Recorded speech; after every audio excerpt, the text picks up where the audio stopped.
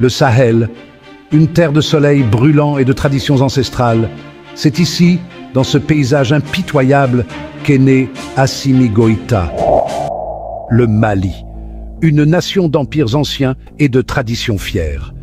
Pourtant, hanté par l'instabilité, le spectre des coups d'État militaires planait. Le premier, en 1968, renversa Modibo Keïta, le premier président du Mali.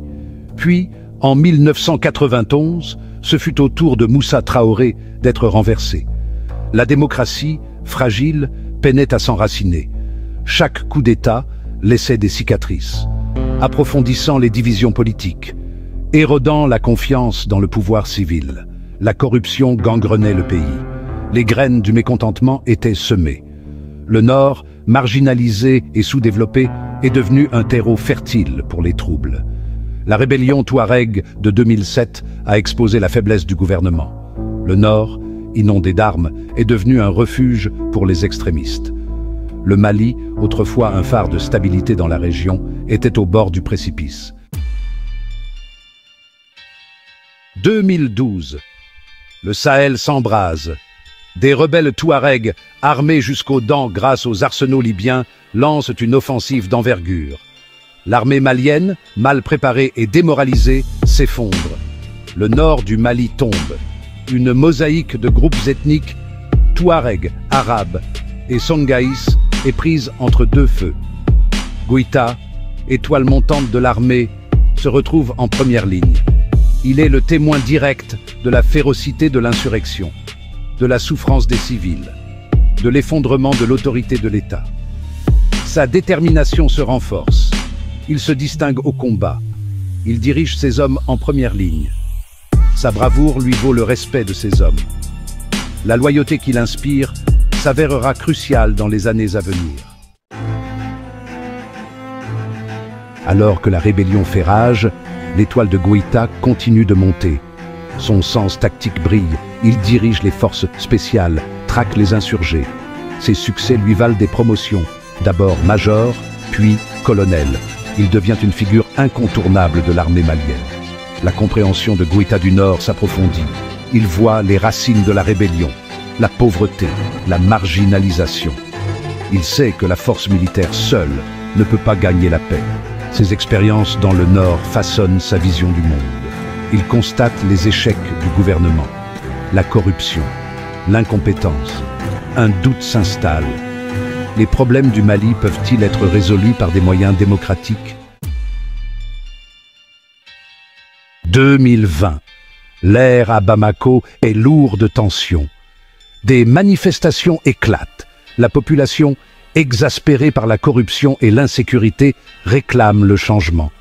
Le président Ibrahim Boubacar Keïta, considéré comme déconnecté et inefficace, devient la cible de sa colère. Le 18 août, des coups de feu retentissent dans la capitale.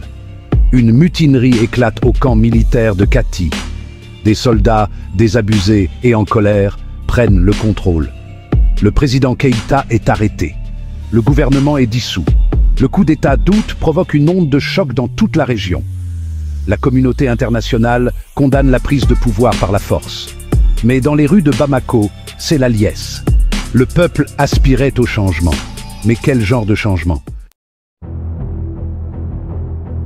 Les putschistes, un groupe de colonels qui se font appeler le Comité national pour le salut du peuple, promettent des élections.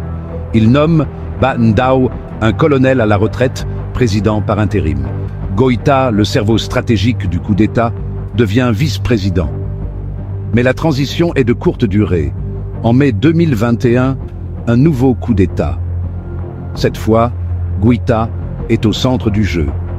Il accuse le président par intérim de violer la charte de la transition, de saper l'autorité des militaires. Ndao et son premier ministre sont arrêtés, Goïta consolide son pouvoir, il dissout le CNSP, se nomme président. La dissidence est réduite au silence. Les critiques sont arrêtées. La communauté internationale condamne la prise de pouvoir par la force. Des sanctions sont imposées. L'ascension de Goïta au pouvoir a été rapide et impitoyable. Il est désormais le seul maître du destin du Mali. Il promet de rétablir la sécurité, de s'attaquer à la corruption, d'unir le pays. Il a lancé une offensive de charme, cherchant à renouer le dialogue avec les pays voisins, promettant de respecter les engagements internationaux du Mali. Mais le scepticisme persiste. Les véritables intentions de Goïta sont floues. Abandonnera-t-il le pouvoir ou va-t-il s'y accrocher en écrasant toute opposition? L'avenir du Mali est en jeu. L'histoire d'Assimi Goïta est encore en train de s'écrire. Son héritage reste à déterminer. S'inscrira-t-il dans l'histoire comme le sauveur du Mali ou comme un dictateur militaire de plus? Une chose est certaine. Son règne laissera une marque indélébile sur le Mali. Il a montré sa propension à recourir à la force, à faire taire ses détracteurs, à consolider son pouvoir. Le monde entier observe, attendant de voir si le Mali de Goïta sera celui du progrès ou de la répression, de l'espoir ou du désespoir. Seul l'avenir nous le dira.